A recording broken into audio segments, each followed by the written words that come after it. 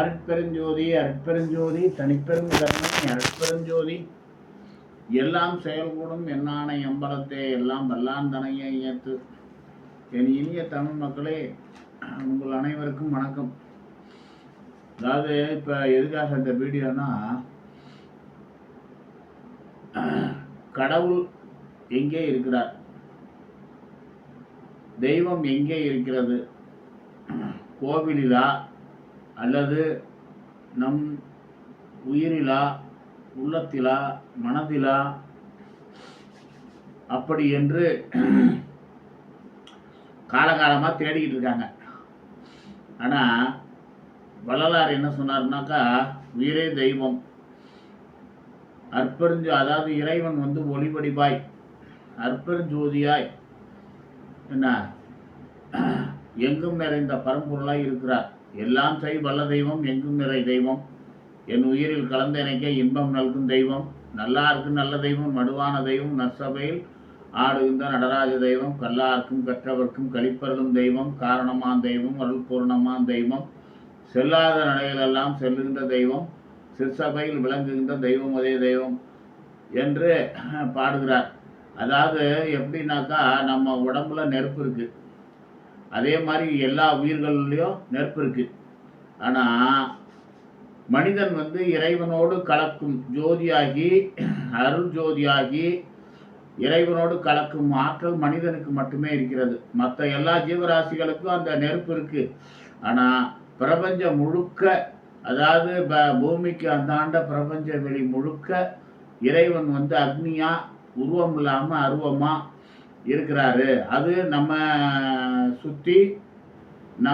சுற்றி எல்லா உயிர்களிலும் எல்லா இடத்திலும் நீக்கமர நிறைந்திருக்கிறார். அதாவது தெய்வத்துக்குள்ள நாம இருக்கிறோம், நமக்குள்ள தெய்வம் இருக்கு. இதுதான் உண்மை. இந்த உண்மையை சொல்லி உணர்த்தினது வள்ளல் பெருமான், திருவருட்பிரகாச வள்ளல் பெருமான் அற்பெருஞ்சோதி ஆண்டவரை நமக்கு அறிமுகப்படுத்தி. அது எப்படின்னாக்கா, சிதம்பரம் சிதம்பரம் கோவில் ஆகாய வெளி, பஞ்சபூத ஸ்தலங்களில் சிதம்பரம் நடராஜர் ஆகாய வெளி என்ன, அங்கே சிதம்பர ரகசியம்லாம் காமிப்பாங்க.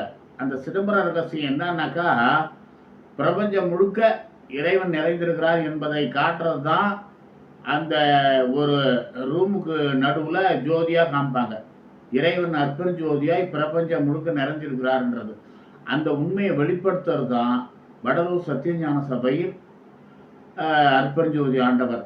இதை இறைவன் வள்ளலாருக்கு அளவிறந்த நெடுங்காலம் இங்கு அமர்ந்து அருளாடல் செய்வோம் அப்படின்னு சொல்லி வள்ளலாருக்கு வரம் கொடுத்துருக்கிறார். அதனால தெய்வம் எல்லா இடத்துலையும் நிறைஞ்சிருக்கு, எல்லா உயிர்களையும் இருக்கு.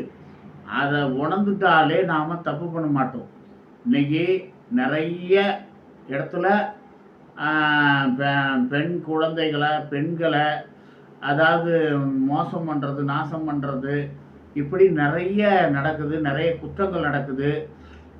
இந்த குற்றங்கள் எல்லாம் தடுக்கணும்னாக்கா ஒரே வழி, இறைவனை நாம் தெரிஞ்சுக்கணும். அதாவது தெய்வத்துக்குள்ளே தான் நாம் இருக்கிறோம், நமக்குள்ள தெய்வம் இருக்குது. அதாவது நம்மளை சுற்றி எல்லா இடத்துலையும் அக்னியாக இறைவன் இருக்கிறார். அதனால தான் நம்ம என்ன செஞ்சாலும் அந்த பாவத்தினுடைய பலன் நமக்கே சேரும்.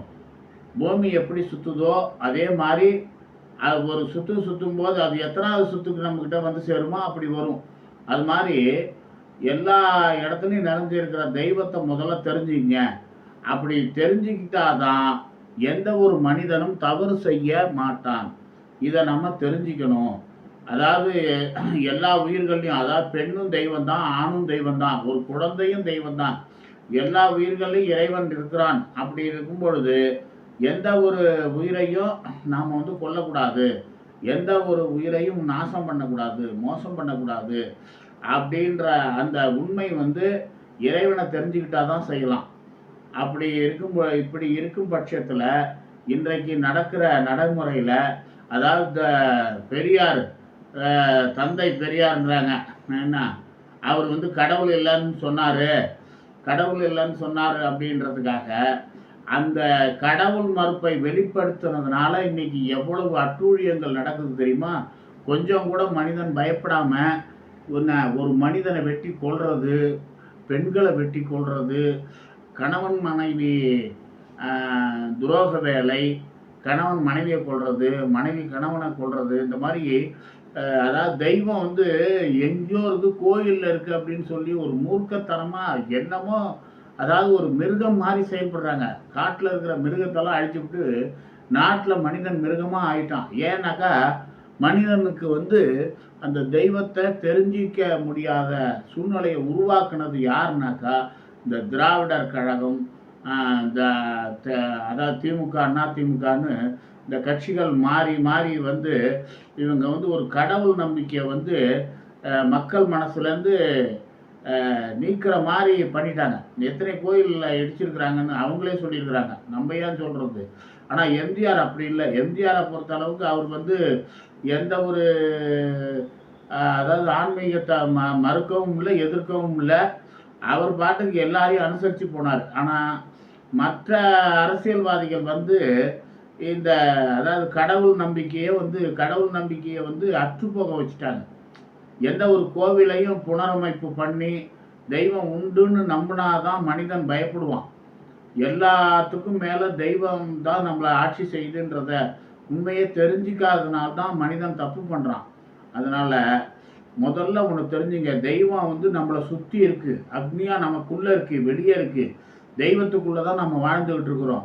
ஆனால் நாம் எந்த தப்பு பண்ணாலும், எந்த உயிருக்கு தீங்கு நினச்சாலும், எந்த உயிரை அழிக்க நினச்சாலும் அது நிச்சயமாக தெய்வத்துக்கு செய்கிற பாவம். தெய்வத்தை வந்து நாம் வந்து ஏன் நமக்குள்ள தெய்வம் இருக்குது, தெய்வம் இருக்குன்னா நம்ம நினைக்கிறது ஏன் நடக்கலைன்னா தெய்வத்துக்கு எதிராக நீங்கள் செயல்படுறீங்க. அதனால தெய்வம் வந்து நீங்கள் நினைக்கிறத நடத்தி வைக்க மாட்டேங்குது. ஆனால் வடலூர் வள்ளலார் தான் நினைச்சதை நிறைவேற்றினார். எல்லா உயிர்களுக்கும் உணவளித்தார். அதே நேரம் இறைவன்கிட்ட சாகாவரம் வேண்டி அதில் வெற்றி பெற்றவர். அதனால் நாம் நினைக்கிறது நடக்குமா, சுற்றி உள்ள எங்கும் நிறைந்த பரம்பொருளை நாம் வந்து தெரிஞ்சுக்கணும்னா தியானம் பண்ணணும். தியானம் பண்ணாக்கா நிச்சயமாக எல்லாமே கிடைக்கும். மேற்கு நோக்கி தியானம் பண்ணிங்கன்னா பணம் கிடைக்கும். கிழக்கு நோக்கி தியானம் பண்ணிங்கன்னா அதாவது குடும்ப வாழ்வுக்கு எல்லா வசதி வாய்ப்பும் கிடைக்கும். அதே நேரம் தெற்கு நோக்கி தியானம் பண்ணால் கல்வி அறிவு, ஞானம், சாகா கல்வி இதெல்லாம் கிடைக்கும். வடக்கு நோக்கி தியானம் பண்ணிங்கன்னா நம்மளுடைய அறிவு வந்து தெளிவு பெறும்.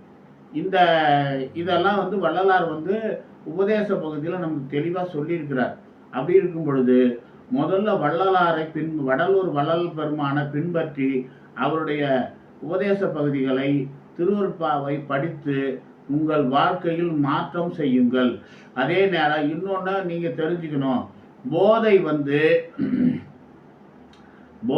என்பது அதாவது நீங்கள் வந்து கஞ்சாவோ அல்லது டாஸ்மாகோ இந்த மாதிரி போதை பொருள்லாம் சாப்பிட்டா போதை வரும்லாம் கணக்கு கிடையாது.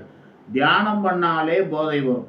இந்த தியானம் அளவு கடந்து நம்ம வந்து ஒரு நாளைக்கு 1 மணி நேரம்னு ட்ரை பண்ணி முயற்சி பண்ணி 1 மணி நேரத்துக்கு மேலே நாம் முயற்சி பண்ண தியானம் கைகூட அதுவே ஒரு போதை ஆகிடும். ஆனால் தியான போதை வந்து மக்களுக்கு நன்மை தரும், எல்லா உயிர்களையும் வாழ வைக்கும். ஆனால் மது போதையோ, கஞ்சா போதையோ, மற்ற போதை பொருள்களோ மனிதனை அழிக்கும். ஆனால் தியானம் செய்தால் போதை கிடைக்கும். தியானம் செஞ்சு பாருங்க. அந்த தியான போதை வந்து மனிதனுக்கு மற்ற உயிர்களுக்கும் நன்மை தரும். நாம் நினைத்ததை நிறைவேற்ற வைக்கும். நமக்கு என்ன வேண்டுமோ அது கிடைக்கும். செய்து வெற்றி பெறுங்கள். அற்பெருஞ்சோதி, அற்பெருஞ்சோதி, தனிப்பெருங்கருணை, அற்பெருஞ்சோதி.